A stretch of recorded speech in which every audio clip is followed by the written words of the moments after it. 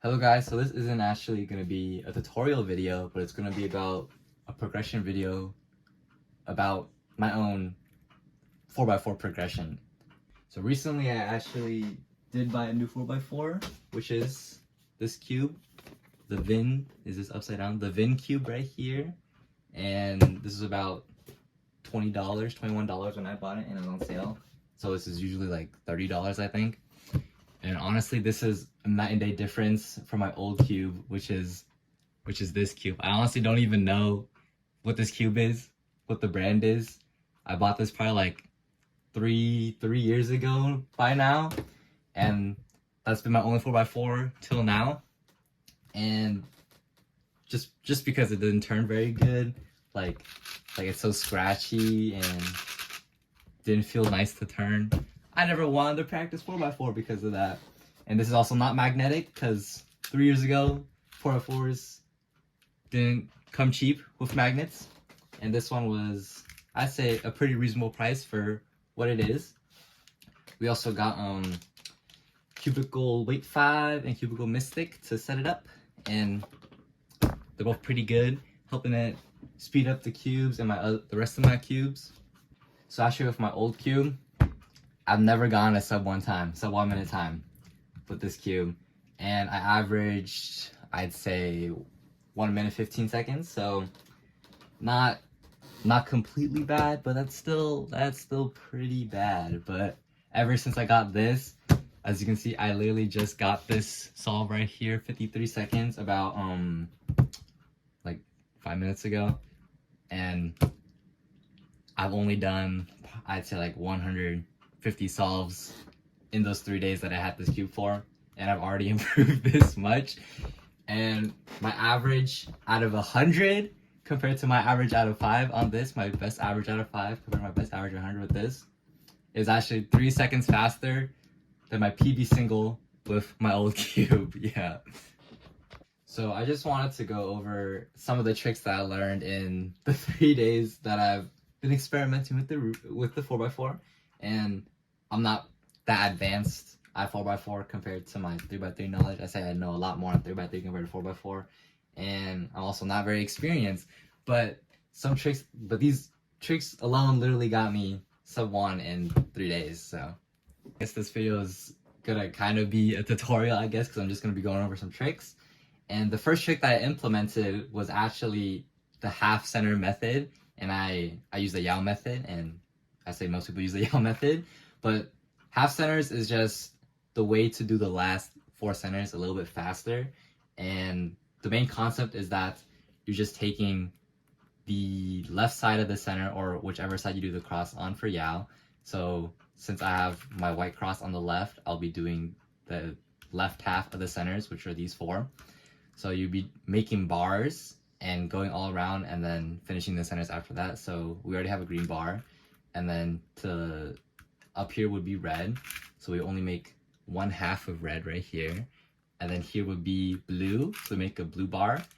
And then after we did those 3, we would solve the bottom center. So the bottom center will be red. And then you can either do the front or back, and here I'll just do the front since I can already see the pieces. And then the back, you would solve like that, and that would solve all the 4 centers.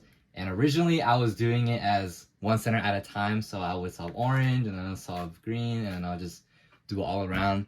But this actually saved me a lot of time when I started implementing it, and I'd say it's probably the first thing you should learn from the beginner Yao to a little bit more intricate Yao, if you know what I'm saying.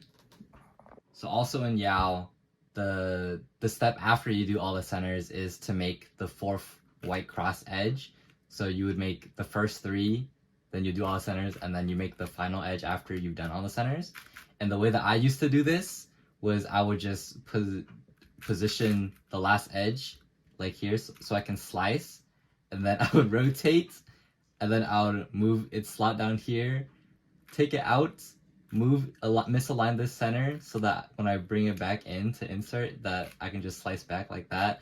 But that is, I would say, is not very good, since it was just a lot of moves. And the thing that I implemented was actually to do the slice first. So if you already had one of the edges here, so we're doing the white and red still.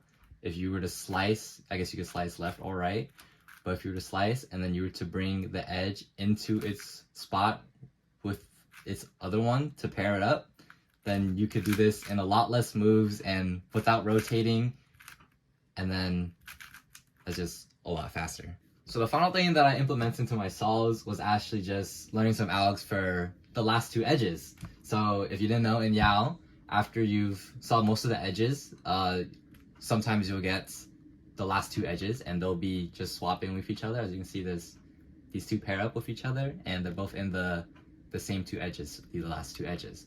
So there's a lot of algs, or not really a lot, it's probably like 5-6 algs or something like that, but these are just some examples that I have for you.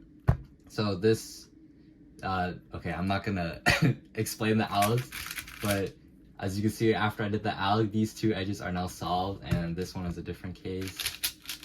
And yeah, these just help with fluidity and speed, because if you were to not do these, you would just, this would take a lot more moves. So you would put one in the front, put the other one in the front as well, slice, flip the edge, bring it back, and that's just really slow compared to doing that if you were to, oh, yeah. So as you can see, it just takes a lot more time to do the normal setup instead of just doing the alg.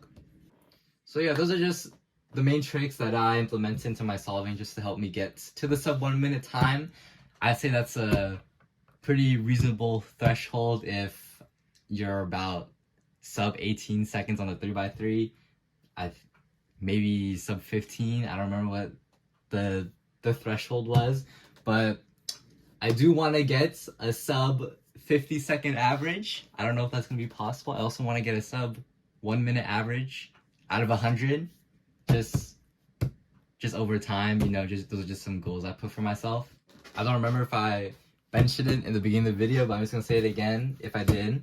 My original PB, my PB single for my old cube was 1 minute and 7 seconds, and my PB single on this cube, and I only had 3 days to do this, was 47 seconds, and I'm pretty sure that was like this morning or something. So yeah, 3 days, and I improved my single by 20 seconds, and my average out of 100 on this cube is 1 minute and 4 seconds. I keep saying 100, I don't know why, which is 3 seconds faster than my single, my PB single on this. So, you know, sometimes money does help a little bit.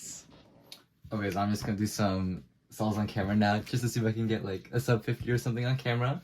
But yeah, that'll be the end of the video. If you're learning 4x4 and you're not sub 1 yet, just do the things that I taught in this video and you'll get sub 1 for real, for real.